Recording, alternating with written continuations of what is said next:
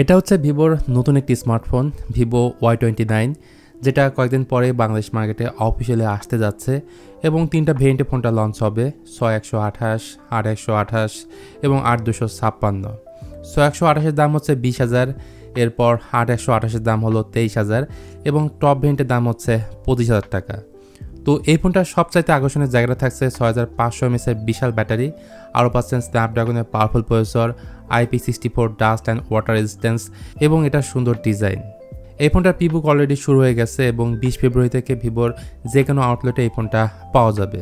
So এই ফোনটা কেনার আগে অবশ্যই আপনার জানা উচিত এই ফোনটার কী কী ভালো দিক আছে, কোন জায়গায় কমতি আছে, তারপরে আপনি পারচেস ডিসিশনটা নেন এই ফোনটা কিনবেন কিনা। রিয়ার প্যানেলটা প্লাস্টিকের তৈরি, তবে একদম গ্লাসের মতো লাগে এবং এখানে এক ধরনের প্যাটার্ন দেওয়া হয়েছে। এই নোবেল ব্রাউন কালারটা ছাড়াও এর আরও একটি কালার থাকছে ইলিগেন হোয়াইট কালার। সো দুটি কালারই কিন্তু বেশ সুন্দর। অন্যদিকে এর ক্যামেরা মডিউলে থাকছে 3টি ক্যামেরা ও একটি এলইডি ফ্ল্যাশ লাইট। পাতলা ফোন হওয়া সত্ত্বেও 3.5mm headphone jack, noise cancellation mic, এই দুইটা জিনিস এই ফোন থেকে বাদ দেওয়া হয়েছে, যেটা 20,000 টাকা প্রাইস রেঞ্জের একটা ডিভাইসে অবশ্যই থাকা উচিত ছিল। রয়েছে side Mount fingerprint scanner, IP64 dust and water resistance. তার থেকে বড় কথা এই ফোনে থাকছে মিলিটারি স্ট্যান্ডার্ড 810 সার্টিফিকেশন বা বলতে পারেন অ্যান্টি আর্মর ডিজাইন। এই ফোনে যে জিনিসটা মোটেও আপনার ভালো লাগবে না তা হলো এটা ডিসপ্লেটা। 6.68 ইঞ্চির একটা HD+ IPS প্যানেল এখানে পেয়ে যাবেন, যেটা রিফ্রেশ রেট আবার 120 হার্টজ।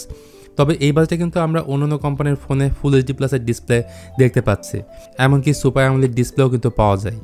তবে 120 হার্টজের রিফ্রেশ রেট থাকা স্মুথ একটা রেজাল্ট পাওয়া যাবে এই ডিসপ্লে থেকে। ডিসপ্লেটি পিপিআই হলো 263 এবং 1000 নিটস পিক ব্রাইটনেস রয়েছে। সো আউটডোরে গেলে ডিরেক্ট সানলাইটে ঠিকঠাকভাবে দেখা যায়। আর একটা বিষয়, এই প্যানেলে শার্পনেসের ঘাটতি লক্ষ্য করবেন, যেহেতু এটা একটা HD+ ডিসপ্লে। আর এই ডিসপ্লেতে কোনো ধরনের প্রোটেকশন ব্যবহার করছে কিনা সেই ব্যাপারটা ক্লিয়ার না। তো ডিসপ্লে পরে যে জিনিসটা আমার মনে হচ্ছে সবথেকে বেশি ইম্পর্টেন্ট সেটা হচ্ছে এই ফোনটার পারফরমেন্স। প্রসেসর হিসেবে রয়েছে কোয়ালকম স্ন্যাপড্রাগন 685, যেটা আমার কাছে কমতি মনে হয়েছে। যদি এখানে মিডিয়াটেক হিলিও G100 দিত তাহলে আমি একে ভালো কাতারে রাখতাম। সহজ কথা, হিলিও G100 থেকে প্রায় 25% কম হচ্ছে স্ন্যাপড্রাগন 685। আর স্ন্যাপড্রাগন 685 মার্কেটের বহুল ব্যবহৃত একটা প্রসেসর, যেটা 6nm আর্কিটেকচারে বিল্ড। ক্লক স্পিড হচ্ছে 2.8 GHz।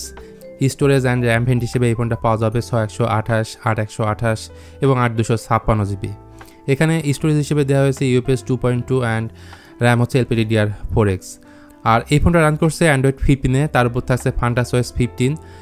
গেমিংয়ের কথা আসলে পাবজি এখানে খেলা যায় স্মুথ প্লাস আলট্রা গ্রাফিক্স সেটিংসে। শুরুর দিকে স্মুথই পাবেন, বাট যখন অ্যানিমি রিচ এরিয়াতে ঢুকবেন তখন দেখবেন ফ্রেম রেট 35 থেকে 36-এর দিকে আর কি নেমে যায়।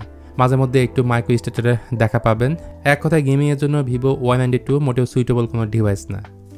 ভালো লাগবে এই ফোনটার ব্যাটারি ব্যাকআপ, কারণ এই ফোনটিতে পাচ্ছেন 6500 mAh একটা ম্যাসিভ ব্যাটারি, যা এই বাজেটে কেউই দিচ্ছে না। সো 2 থেকে 3 দিন অনায়াসে আপনাকে এই ফোনটা ব্যাটারি ব্যাকআপ দিবে। সাথে 45 ওয়াটের প্লাস চার্জারটা ফোনের বক্সেই পাবেন। দাম বিবেচনায় এই ফোনটার ক্যামেরা অতটা বেটার মনে হয়নি। রয়েছে 50 মেগাপিক্সেলের মেইন ক্যামেরা, 8 মেগাপিক্সেলের আল্ট্রা ওয়াইড এবং 2 মেগাপিক্সেলের একটা ম্যাক্রো ক্যামেরা আছে। আর ফ্রন্ট ফেসিং ক্যামেরাটা হলো মাত্র 8 মেগাপিক্সেল। সামনে পেছনে বোথ ক্যামেরাতে ভিডিও রেকর্ড করা যায় সর্বোচ্চ 1080p 30 fps-এ। সত্যি বলতে ছবির কোয়ালিটি খুব একটা ভালো আসে না, ডাইনামিক রেঞ্জেরও ঘাটতি আছে, ইভেন ন্যাচারাল কালারকে আরও বেশি ডিপ করে দেয়। আর স্টেবিলিটির অবস্থা খুব একটা সুবিধার না। সো এই ক্যামেরা আপনাকে খুশি করতে পারবে বলে আমার মনে হয় না। তো এই সমস্ত মিলেই ভিভো Y92 ভারত থেকে খারাপ জায়গাটাই বেশি।